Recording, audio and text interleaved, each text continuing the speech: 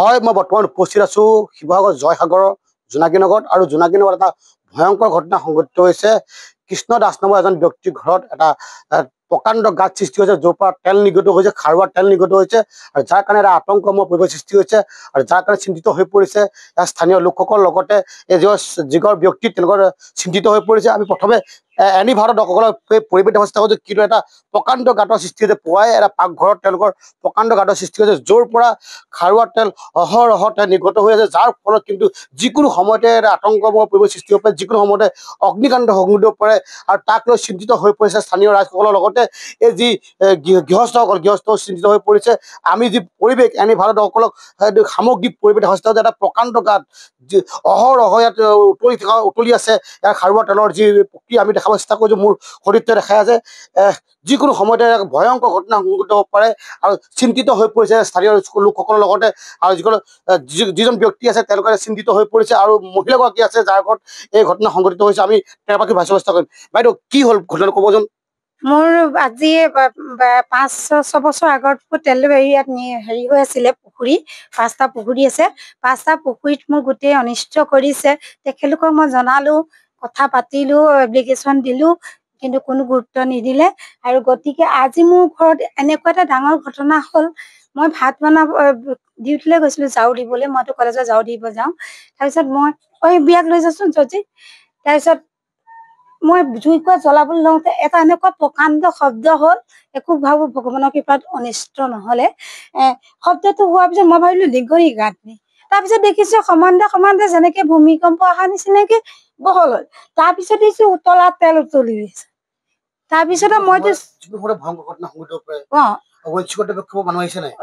আহিছে, তেখেতলোক আহিছে, এতিয়া পৰিদৰ্শন কৰিছে।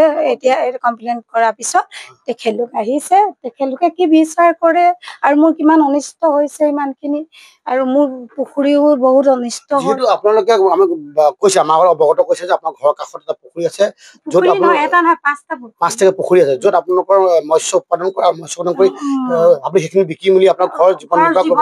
কিন্তু ইয়াৰ যি ঘটনাৰ ফলত সকলো মাছ কাছ মৰি গৈছে, আপোনালোকৰ পৰিৱেশ বিনষ্ট হৈছে, ওচৰ চুবুৰীয়া পৰিৱেশ বিনষ্ট হৈছে, আপোনাৰ অনিষ্ট হৈছে। কি ক'ব আপুনি এই মুহূৰ্তত? মই কম তেখেতলোকে যে সহায় সহযোগ কৰক, তেখেতলোকৰ ওপৰত মোৰ সেইটোৱে অনুৰোধ, গম পাইছে।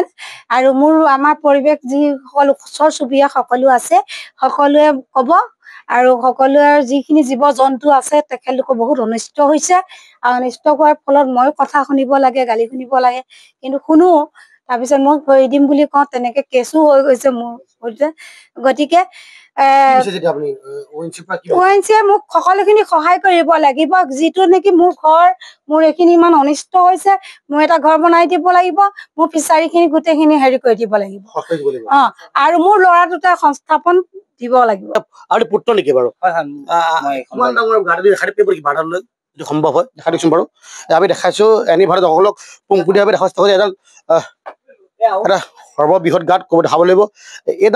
এইডাল বাঁহ আপুনি যদি চাবলৈ যায়, আপুনি অনুমানিক কৰিব পাৰিব, এই বাঁহডাল প্ৰায় 8 ফুট, 8 ফুটৰে প্ৰায় 6 ফুটে বুৰ গৈছে। এটা চিন্তা কৰক, কেনেকুৱা এটা গাঁত সৃষ্টি হৈছে, যাৰ ফলত কিন্তু যিকোনো সময়তে আতংকময় পৰিৱেশ সৃষ্টি হ'ব পাৰে, আৰু স্থানীয় লোকসকলে চিন্তিত হৈ পৰিছে। আৰু ইয়াৰ যিসকল স্বত্বাধিকাৰী আছে, যাৰ ঘৰ আছে, তেওঁলোকে যিখিনি অনিষ্ট হৈছে, তেওঁলোকে মাছ কাছকে আদি কৰি বহুত অনিষ্ট হৈছে।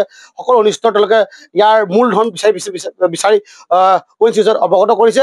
আৰু আমি দেখাইছো এই যি গাঁতটো পুনৰবাৰ মোৰ সতীৰ্থ আছে, আমি পুনৰবাৰ কম, এটা পুৱাই এটা বেয়া খবৰ শিৱসাগৰ জয়সাগৰ জোনাকী নগৰত সংঘটিত হৈছে। এঘৰ ব্যক্তিৰ ঘৰৰ পাকঘৰত তেনেদৰে এটা প্ৰকাণ্ড গাঁতৰ সৃষ্টি হৈছে। কেনেদৰে প্ৰকাণ্ড গাঁত সৃষ্টি আমি দৰ্শকসকলক দেখাব চেষ্টা কৰিলো।